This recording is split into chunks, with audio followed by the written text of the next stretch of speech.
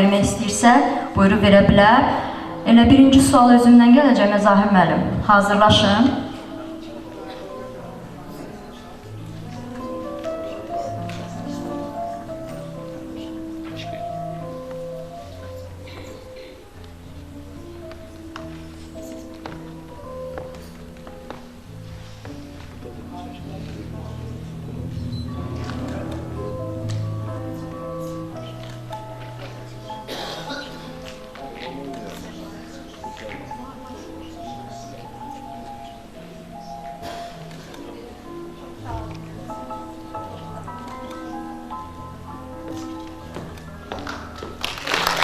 Sual məndən gəlsin, amma aparıcı kimi yox, izləyiciniz kimi, oxucunuz kimi. Dünən bütün kitablarınıza diqqət elədim. Kitablarınızın son səhifəsində mənim sonuncu şeirim. Yaşınızın 77-ci ilindəsiniz. Nəyə görə bu sonuncu şeirim deyə müraciət edirsiniz? Yəqin ki, diqqətən baxanlar bu sonuncu şeirdir. Deyir ki, düşdü təzə şeirin toxumu kimi. Sonuncu şeirdir belədir ki, sonuncu şeirdə.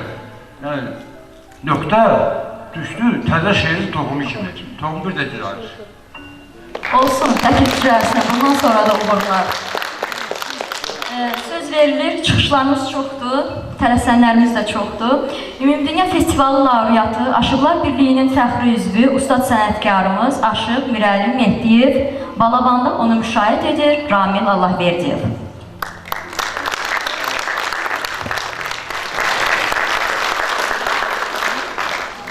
Hörmətli dostlar, hörmətli qonaqlar, hər birimiz bu gözəl məclisə, şən məclisə xoş gəlmişik. Şair, mən də ürəkdən sizi təbrik edirəm. Nemətdirsə gözəl şeir, şair olan qəm də yeyir. Görən mənə nədir deyir, saçlarına düşən bu dən, şair, nə tez qocaldın sən. Burada mənim həmkarlarım gözəl ustadın şeirlərindən, sözlərindən oxuyublar. Şairin məndən bir xahişi var ki, mən Hüseyin Arifin həm sənət yoldaşı, həm dostuyam. Mənim bu gözəl günümdə, gözəl məclisimdə Hüseyin Arifdən bir qatar söz oxu.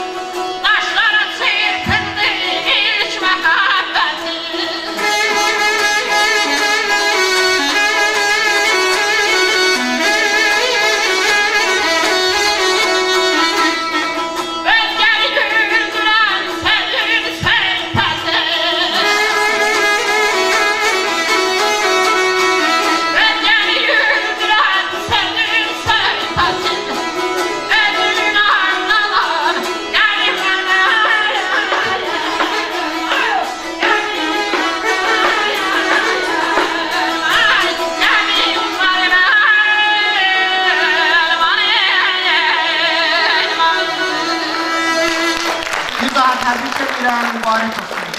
Var olun. Üçün. Mən sözü vermək istəyərdim. Şair Azərbaycan Yazıçılar Birliyinin üzvü, publisist İlham İnam. Buyurardınız.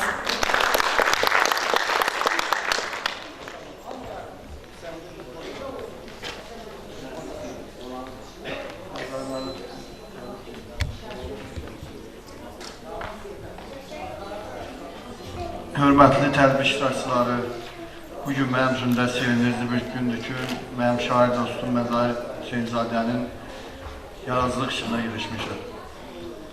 Mən də onun kitabları haqqında bir oxucusu olaraq öz fikirlərimi bildirmək istəyirəm. 3 kitab, 3 rəngli bayraq.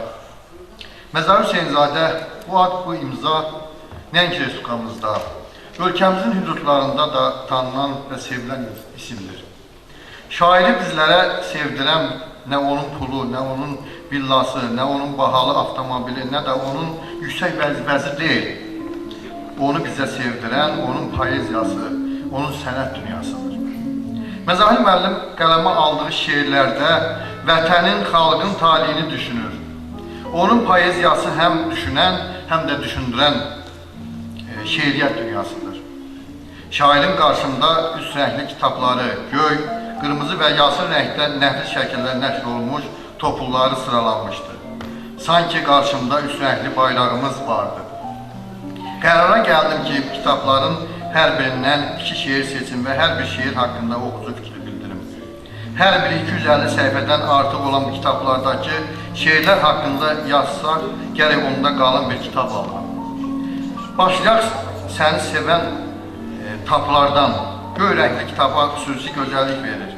Bu kitabda şairin 150-dən çox şeir yer almışdır. Cəngə üst tuturam. Şeir ilk misradan adamı ofsunluyur. Sanki bu şeiri oxuduqca keçmişə, o 7-ci əsrə qayıdırsan. Sanki Koroğlu ilə onun dəlilərlə bir yerdəsən. Bir dəli nərədən düşən ulduzu, qılınclar toqquşub doğradı yenə, atların qığılcım qarışıq tozu, döyüş meydanını qeydi əyninə. Elə bil Koroğlu Misri qılıncı çəkərək, voydu dəlilərim, voydu deyir. Şair düşüncəsində havalanan cəngi nəğməsi sanki bu hadisələri ona yaşadır. Nallar çaxmaq çaldı, çaxdı qığılcım. Şığında daşlar xınalandılar. Qalxdıqca Eyvazın Misri qılıncı, düşmənlər yarğan tək yaralandılar. Hadisələr şair təxəyyülündə necə də gözəl, bədii bir dillə təsvir olunmuşdur. Dəlilərin atlarının nalları daşa dəydikcə onlardan çıxan qığılcım sanki çaxmaq taşını xatırladır. Atların daşa dəyən dırnaqlarından çıxan qan xınaya bənzədilmişdir. Eyni zamanda Xan Eyvazın Misri qılıncının qorxusundan pərən-puzan düşən düşmənin yarğan kimi aralanması gözəl bir təkbir nümunəsidir. Məzahir Hüseynzadənin məna və məzmun baxımından diqqətimi cəlb edən şeirlərindən biri də Axşam görüşüdür. Titrəyən bir qəlbi incitmək üçün, isitmək üçün, küləklər, yarpaqlar hey gülüşdülər, gizli kəlmələri eşitmək üçün ulduzlar sulara tökülmüşdülər. Bəli, əsl poeti qeyrətdir. İki sevən gəncin aylı ulduzlu gecədə danışıqları, küləklərin, yarpaqların gülüşünə şahidlik edir.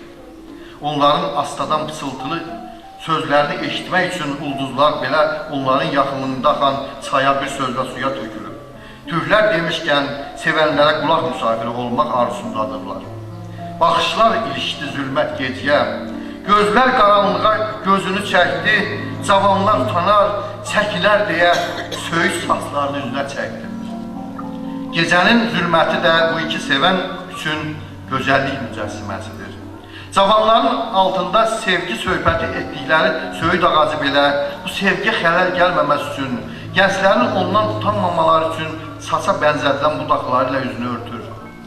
Qızıl Qanada da şair ömrünün müxtəlif aspektlərdən izləyən mövzular yer almışdır. Qızıl Qan kitabında şairin. Şairin Ata Şapalağı şeiri bir zamanlar ədəbiyyatımızda ədəbi hadisəyə çevrilmişdir.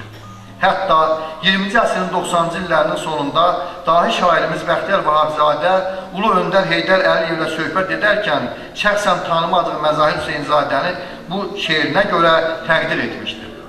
o ədəbiyyatımıza yeni üslubun, yeni nəfəsin gəldiyini ifadə edərək bu kimi şairlərin əlindən tutub iləri çəkilməsini tərəfdaridir.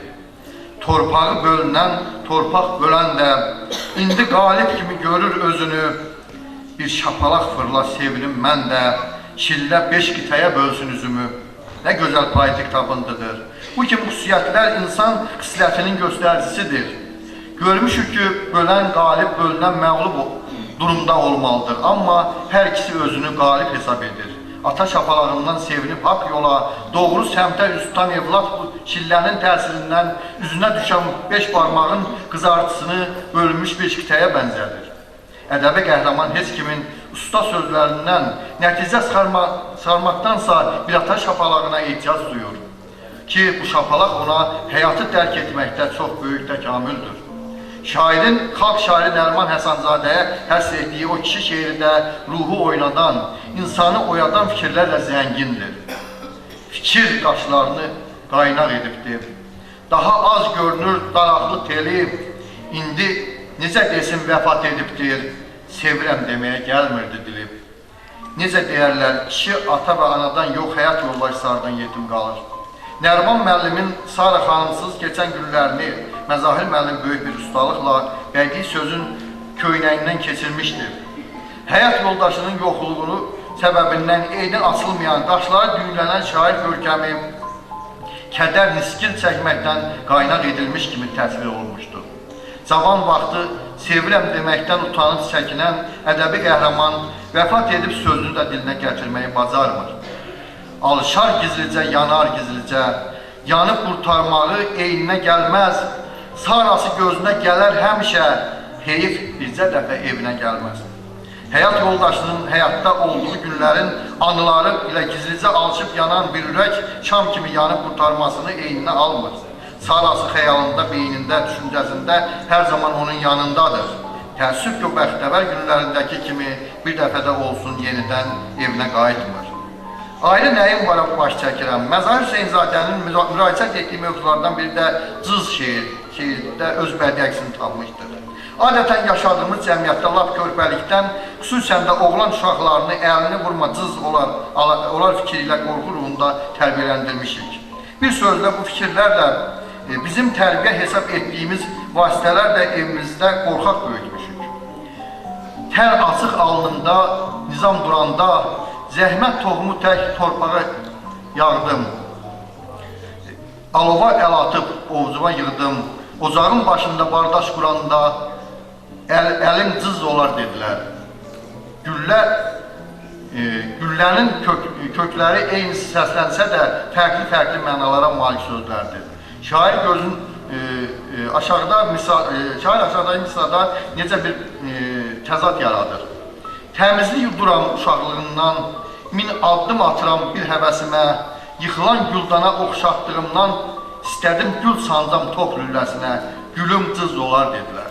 Bəli, söz adamı, müharibələrindən istifadə olunan topu, yəni artilleriya silahını yıxılan güldana bənzədərək onun lüləsinə gül taxmaq istəyir. Hayif ki, güllə heç vaxt dost ola bilməz. Şairin kasıb şeirində də zəngin düşündürücü məqamlar çoxdur. El-obada belə bir deyim var, vətən kasıbındır. Məzahir müəllim bu fikri özünə məxsus formada ifadə etmişdir.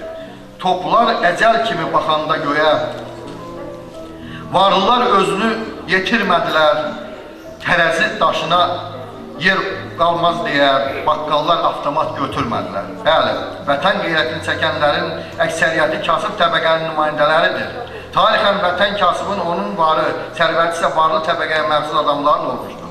Odur ki, şair kasıbın ən yüksək şərəflə ödülləndirir kasıbı.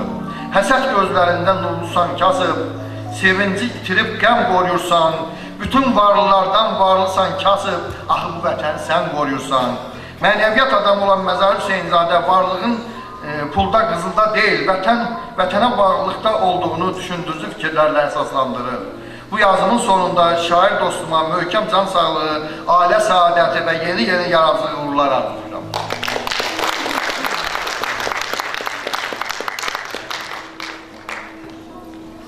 Qarşınızda çıxış edir Alemzar Pənah qızı, şairə, Şəmkir Qalası abidəsinin elmi işçisi.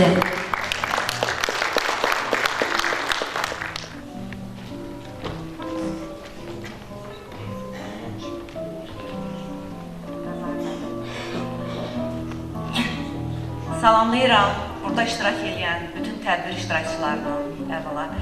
Çox təşəkkürlərim var kimlərə? Əhməd Cavad adına Mədəniyyət Mərkəzinin musiqi kollektivinə və eyni zamanda mərkəzləşdirilmiş kitabxana sisteminin kollektivinə ki, çox gözəl bir layihəyə imza atmışsınız. Çox sevindim, çox qürurlandım. Duyğulandım eyni zamanda, çünki bizdə belə bir, gəlin etiraf edək ki, belə bir qanımızda, canımızda bir soyuqluq var millət olaraq. Düzdür, millətimizə qurban olun. Millətimiz, bəlkə də deyərdim, dünyada çox az tapılan bir millətlərdəndir. Niyə? Özünə məxsusluğu, öz gözəl xüsusiyyətləri ilə, adət, ənənələri ilə. Biz belə millət deyilik. Biz həqiqətən çox istiqanlı, çox mehriban, çox qorxmaz, mərd, belə millətik.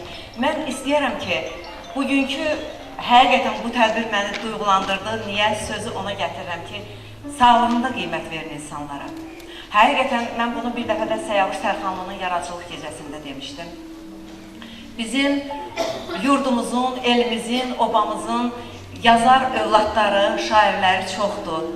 Duyğusal insanları çoxdur. Eyni zamanda öz işləri ilə, əməlləri ilə sahib seçilən insanları çoxdur.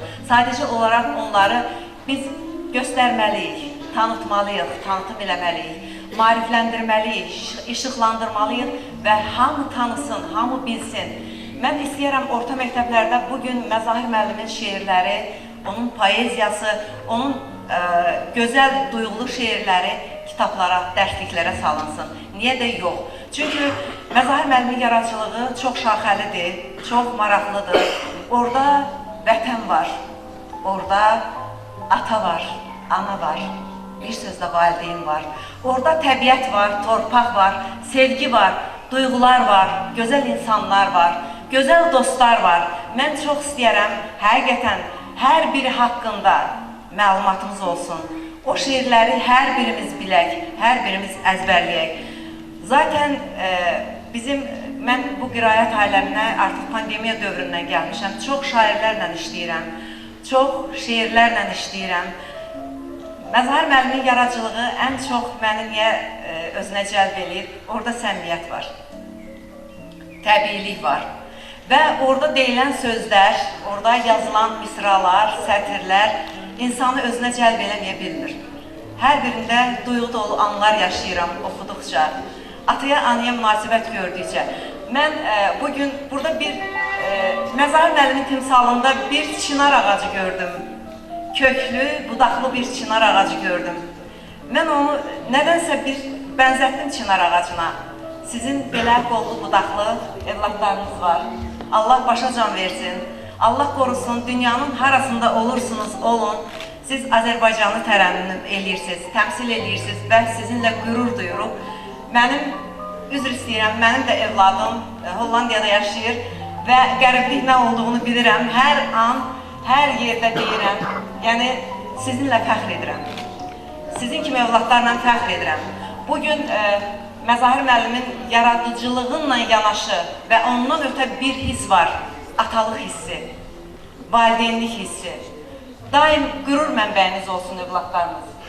Yaradıcılığınızda sizə uğurlar arzulayıram. Yeni illər, yaxşı illər, sağlam illər arzulayıram Məzahir müəllim. Mən bilirsiniz, sizin şeirlərinizdən çox təsirlənənəm. Çox duyğulandım, bir şeirini hazırladım, Atalar Ölmür. O şeirin video tərtibatını da hazırladım. Onu yayına verdim, YouTube'da, istər bütün sosial şəbəkələrdə paylaşıldı. O qədər gözəl rəylər aldım bu şeir haqqında. O qədər, hətta onu özüm dinlədim, elə bildim mən deyildim onu səsləndirən və çox duyğulanmışdım. Gözlərim yaşardı və istəyərəm bugün atasını itirən bütün övladlara gəlsin bu şeir. Həm də Məzahir müəllimin dilindən.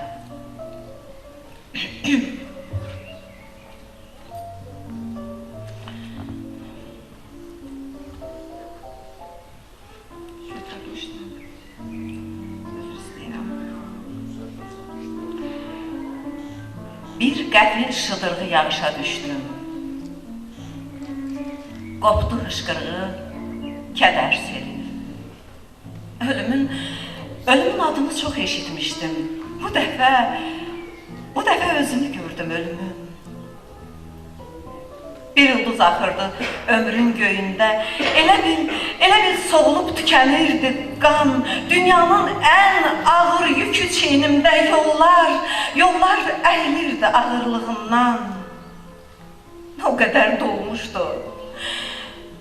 dolmuşdu, göllənmişdi ki, qəm, kədər sarıdan gözlər tox idi. Göz yaşı yolları çilənmişdi ki, qəbristan yolunun tozu yox idi. Mən idim sevinci ölən, üzülən, bu da qəm küləyi, kədərin ətri. Göz yaşım deyildi axan, süzülən. Gözüm tökülürdü atamdan ötürü. Kövrək xasiyyəti pilədən pilə, can qurban edərdi adamdan ötürü. Sən demə adamlar bir yana, hələ ölüm də ölürmüş adamdan ötürü. 8 qat torpağa inibdi kökü. Torpağa belə kök atan ölməyib, ölüm ürəyimə girib görsün ki, atalar ölməyir. Atam ölməyir. Atalar ölməyir. Atam ölməyir.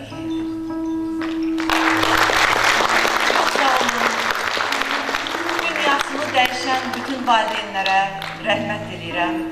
Kimin valideyni sağdır, Allah ona can sağlığı versin. Valideynlərimizin qədrini bilək. Çox sağ olun. Sizə böyük yaradıcılıqlar arzulayıram. Yaxşı ki varsınız. Yazın, yaradıcılar. Allah olsun. Təşəkkürlər Aləmzən xanım. Əgər biz bir şair yaradıcılıq gecəsində isə həm sevinəcəyik, həm güləcəyik, həm də ağlayacağıq. Qarşınızda çıxış edir Maşallah Dünyamalıyev, Bayatılar.